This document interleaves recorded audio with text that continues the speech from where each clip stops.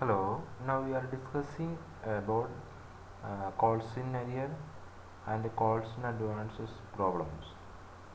Okay, നമ്മൾ ആദ്യമായിട്ട് discuss ചെയ്യുന്ന കോൾസ് ഇൻ അരിയറിൻ്റെ ഒരു പ്രോബ്ലമാണ്.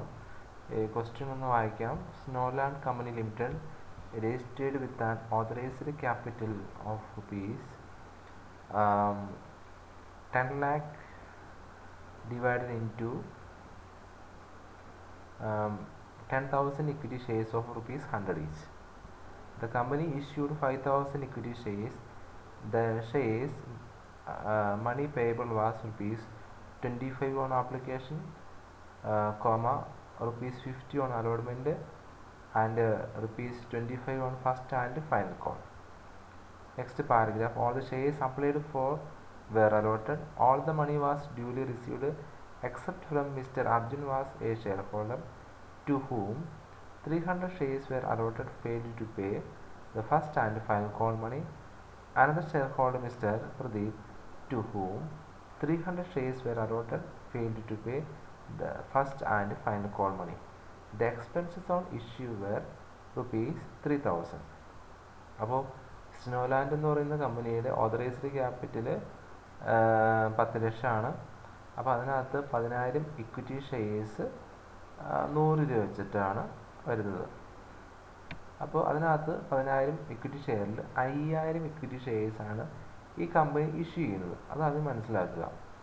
പിന്നെ അതിനകത്ത് application money 25, allotment money 50, first and final call 25. അപ്പോൾ നമുക്ക് കറക്റ്റ് 100 കിട്ടും. അപ്പോൾ അതിനകത്ത് നെക്സ്റ്റ് പാരഗ്രാഫ് നോക്കുക. എല്ലാ ഷെയർസും എന്താണ് അലോട്ട് ചെയ്യുന്നുണ്ട്, അപ്ലൈ ചെയ്ത എല്ലാവർക്കും അലോട്ട് ചെയ്യുന്നുണ്ട്. അപ്പോൾ അതിനകത്ത് മിസ്റ്റർ അർജുൻ എന്ന് പറയുന്ന ഷെയർ ഹോൾഡറും മിസ്റ്റർ പ്രദീപ് എന്ന് പറയുന്ന ഷെയർ ഹോൾഡറും 300 ഷെയറിൻ്റെ എന്താണ് first and final call money ഇവിടെ അടയ്ക്കുന്നില്ല. അപ്പോൾ തന്നെ നമുക്ക് മനസ്സിലാക്കാൻ സാധിക്കും അതെന്താണ് കോൾസ് ഇൻ അരിയർ ആണെന്ന് നമുക്ക് മനസ്സിലാക്കുവാനായിട്ട് സാധിക്കും. പിന്നെ the expenses on issue were rupees 3,000.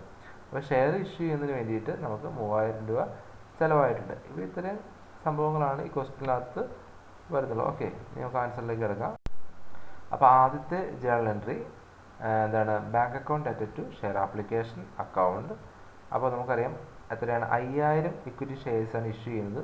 അപ്പോൾ 5,000 ഇക്വിറ്റി ഷെയറിന് ആപ്ലിക്കേഷൻ മണി എത്രയാണ് 25 രൂപയാണ്. അപ്പോൾ 5,000 into 25 1,25,000 rupees being application money received. ഇനി ഷെയർ ആപ്ലിക്കേഷൻ മണി ഷെയർ ക്യാപ്പിലേക്ക് ട്രാൻസ്ഫർ ചെയ്യണം.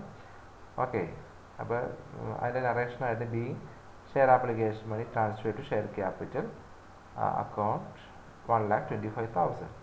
മൂന്നാമത്തെ journal entry share allotment money account at to share capital account. എത്ര ഷെയറാണ്? 5,000 ഇക്വിറ്റി ഷെയറിന് നമുക്ക് അലോട്ട്മെൻറ്റ് എത്രയാണ്?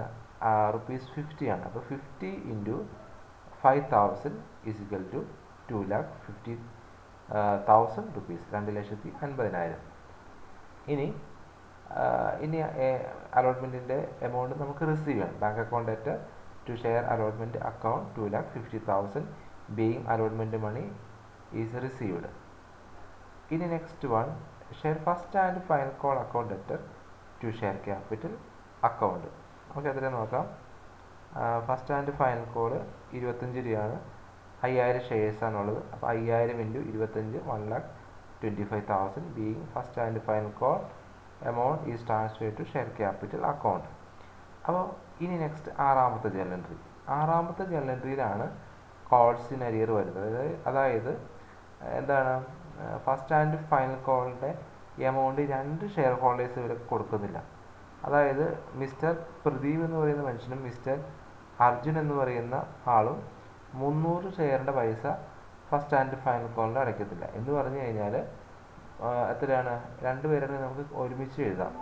അപ്പോൾ 300 + 300 600. അപ്പോൾ 600 ഷെയറിന് 25 രൂപ വെച്ചിട്ട് അവരടയ്ക്കുന്നില്ല. അപ്പോൾ 600 ഇൻറ്റു 25 എത്രയാണ്? 15,000 rupees, 15,000. അപ്പോൾ നമ്മുടെ ബാങ്ക് അക്കൗണ്ടിലേക്ക് വരുന്നത് ഈ 15,000 രൂപ കുറച്ചതിന് ശേഷമുള്ള ബാക്കിയത്തെ എമൗണ്ടാണ് നമുക്ക് കിട്ടുകയുള്ളൂ. കാരണം ഇവർ 600 ഷെയറിൻ്റെ പൈസ അടയ്ക്കുന്നില്ല. അപ്പോൾ നമുക്ക് ആക്ച്വലി 1,25,000 നമുക്ക് കിട്ടണമായിരുന്നു. പക്ഷേ 600 ഷെയറിൻ്റെ പൈസ അടയ്ക്കാത്തതുകൊണ്ട് 15,000 രൂപ നമുക്ക് കിട്ടുന്നില്ലാത്തതുകൊണ്ട് 15,000 രൂപ എന്താണ് 1,25,000 മൈനസ് ചെയ്യുമ്പോൾ 1,10,000 കിട്ടും. അതാണ് നമുക്ക് ആക്ച്വലി കിട്ടുന്നുള്ളൂ. അതുകൊണ്ടാണ് ബാങ്ക് അക്കൗണ്ടിൽ 1,10,000 എഴുതിയേക്കുന്നത്. അത് കിട്ടിയത് 1,25,000 മൈനസ് 15,000 ആണ് 1,10,000 എന്ന് പറയുന്നത്. ഓക്കെ, അപ്പോൾ ബീയിങ് എന്താണ് share first and final call money is received except 600 shares at ₹25. Okay, 600 share 25 രൂപ വെച്ച് ഒഴിച്ച് ബാക്കിയത്തെ എമൗണ്ട് നമുക്ക് കിട്ടുന്നു. ഓക്കെ, ഇനി ലാസ്റ്റ് ജേർണൽ എൻട്രി ആണ് എക്സ്പെൻസസ്. ഷെയർ ഇഷ്യൂ ചെയ്യുന്നതിന് നമുക്ക് എക്സ്പെൻസസ് വന്നിട്ടുണ്ട്.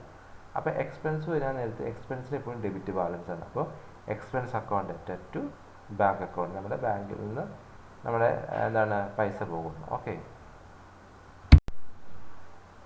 ഇനി നെക്സ്റ്റ് ഒരു ക്വസ്റ്റ്യൻ കോൾസ് ഇൻ അഡ്വാൻസിൻ്റെ ഒരു പ്രോബ്ലമാണ്. ക്വസ്റ്റ്യൻ വായിക്കാം. Kandipur Finance Company Limited has an authorized share capital of ₹2 lakh divided into 20,000 equity shares of ₹10 each. The company issued all the shares at a 10% premium. The amount payable on application was ₹4, on allotment ₹3 within bracket including premium, and balance on first and final call. Next paragraph. All the shares were subscribed and allotted. Mrs. Anita, a shareholder to whom 200 shares were allotted, paid the entire balance with the amount of allotment. അപ്പോൾ ഈ കാന്തിപ്പൂർ finance company ലിമിറ്റഡിൻ്റെ authorised capital എത്രയാണ്? 2 ലക്ഷം രൂപയാണ്. അതിനകത്ത് ഒരു ഷെയറിന് 10 രൂപ വെച്ചിട്ട്, അപ്പോൾ നമുക്ക് മൊത്തം 20,000 ഇക്വിറ്റി ഷെയർസാണ് ഉള്ളത്. അപ്പോൾ 20,000 × 10 ആണല്ലോ 2 ലക്ഷം എന്ന് പറയുന്നത്. അപ്പോൾ കമ്പനി ഇഷ്യൂ ചെയ്യുന്നത് എങ്ങനെയാണ്? പ്രീമിയത്തിലാണ് കമ്പനി ഇഷ്യൂ ചെയ്യുന്നത്. മനസ്സിലായി? കമ്പനി ഇഷ്യൂ ചെയ്യുന്നത് പ്രീമിയത്തിലാണ്. അപ്പോൾ നമുക്ക് ആപ്ലിക്കേഷൻ്റെ മണി 4 രൂപ, അലോട്ട്മെൻറ്റിൻ്റെ മണി 3 രൂപ, ബാക്കിയുള്ളതാണ് ഫസ്റ്റ് ആൻഡ് ഫൈനൽ കോളിൽ വരുന്നത്.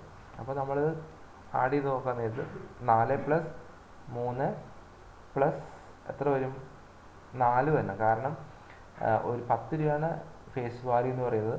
ആ 10 രൂപയുടെ 10% എന്ന് പറയുന്നത് 1 രൂപയാണ്. അപ്പോൾ ആക്ച്വലി നമുക്ക് 11 രൂപയ്ക്കാണ് നമ്മൾ ഷെയർ പ്രീമിയത്തിൽ ഇഷ്യൂ ചെയ്യുന്നത്, ഇല്ലേ? 10 രൂപയുടെ 10% 1 രൂപ. അപ്പോൾ 10 + 1 11 രൂപയ്ക്കാണ് നമ്മൾ ഷെയർ ഇഷ്യൂ ചെയ്യുന്നത്, 11 രൂപയ്ക്ക്. അപ്പോൾ ആക്ച്വലി ഷെയർ ആപ്ലിക്കേഷൻ 4, അലോട്ട്മെൻറ്റ് 3, അപ്പോൾ 4 3 7 ആയുള്ളൂ. അപ്പോൾ ബാക്കി ഫസ്റ്റ് ആൻഡ് ഫൈനൽ കോളിൻ്റെ എമൗണ്ട് എത്ര വരും? 4 വരും, ഇല്ലേ?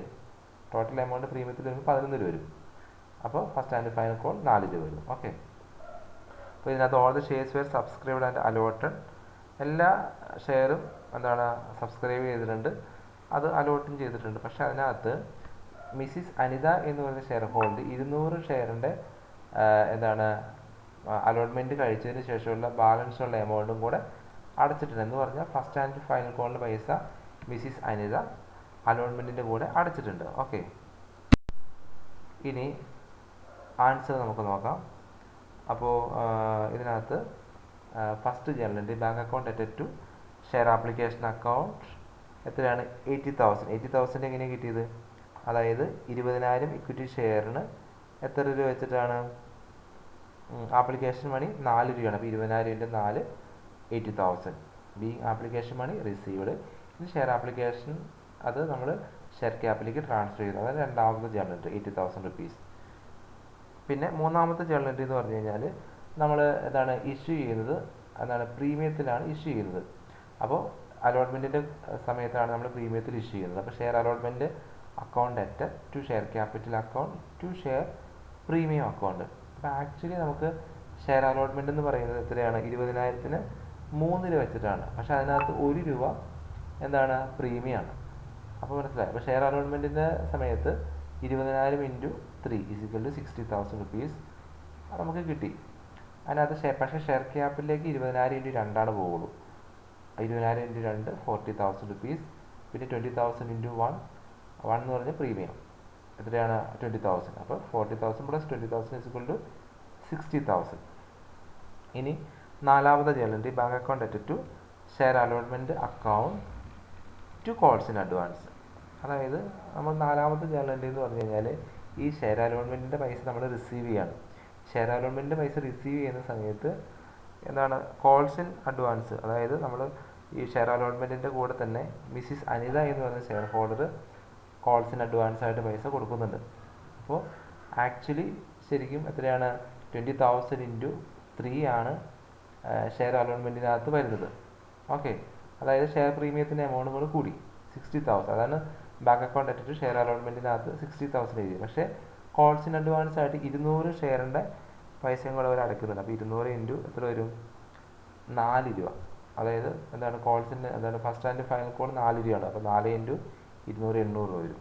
ഓക്കെ, അതാണ് കോൾസ് ഇൻ അഡ്വാൻസിലേക്ക് അടയ്ക്കേണ്ടത്. പിന്നെ അഞ്ചാമത് ചെയ്യേണ്ടത് share first and final call account at to share capital account 80,000 rupees. 80,000 റുപ്പീസാണ് ഫസ്റ്റ് ആൻഡ് ഫൈനൽ കോൾ, അതായത് 4 ഇൻറ്റു 20,000 = 80,000 റുപ്പീസ്. ഇനി last journal entry bank account at calls in advance account at to share first and final call account. അതായത് നമ്മൾ എന്താണ് calls in advance ആയിട്ട് 200 ഷെയറിൻ്റെ പൈസ അലോട്ട്മെൻറ്റിൻ്റെ കൂടെ already അടച്ചിട്ടുള്ളതുകൊണ്ട് എന്താണ് നമുക്ക് ആക്ച്വലി ഫസ്റ്റ് ആൻഡ് ഫൈനൽ കോളിൻ്റെ സമയത്ത് അതായത് 200 ഷെയറിൻ്റെ പൈസ കുറച്ചതിന് ശേഷമുള്ള എമൗണ്ടാണ് നമ്മുടെ അക്കൗണ്ടിലേക്ക് വരുള്ളൂ. അതായത് 200 ഷെയറിന് 4 രൂപ വെച്ചിട്ട് 800 മൈനസ് ചെയ്ത് കഴിയുമ്പോൾ 80,800 മൈനസ് ചെയ്യുമ്പോൾ 79,200 ആക്ച്വലി നമുക്ക് ഫസ്റ്റ് ആൻഡ് ഫൈനൽ കോളിൻ്റെ എന്താണ് ആ സമയത്ത് ബാങ്ക് അക്കൗണ്ടിലേക്ക് വരുള്ളൂ. കാരണം 800 രൂപ ഓൾറെഡി നമ്മൾ എന്താണ് അലോട്ട്മെൻറ്റിൻ്റെ കൂടെ റിസീവ് ചെയ്തിട്ടുണ്ട്. ഈ കോൾസ് ഇൻ അഡ്വാൻസ് നമ്മൾ നാലാമത് ചെയ്യേണ്ടതിൽ ആക്ച്വലി കോൾസ് ഇൻ അഡ്വാൻസിന് ക്രെഡിറ്റ് ബാലൻസ് ആണ്. അപ്പോൾ നമ്മുടെ എമൗണ്ട് കോൾസ് ഇൻ അഡ്വാൻസ് അക്കൗണ്ടിലേക്ക് ട്രാൻസ്ഫർ ചെയ്യുമ്പോൾ പിന്നീട് നമ്മൾ ലാസ്റ്റ് ചെയ്യേണ്ടത് വരുന്നത് കോൾസ് ഇൻ അഡ്വാൻസ് എന്താണ് നമ്മൾ ക്യാൻസൽ ചെയ്യുകയാണ് ചെയ്യുന്നത്. ഓക്കെ, അപ്പോൾ debit balance. Okay, thank you. എന്തെങ്കിലും ഡൗട്ട്സ് ഉണ്ടെങ്കിൽ ചോദിക്കുക.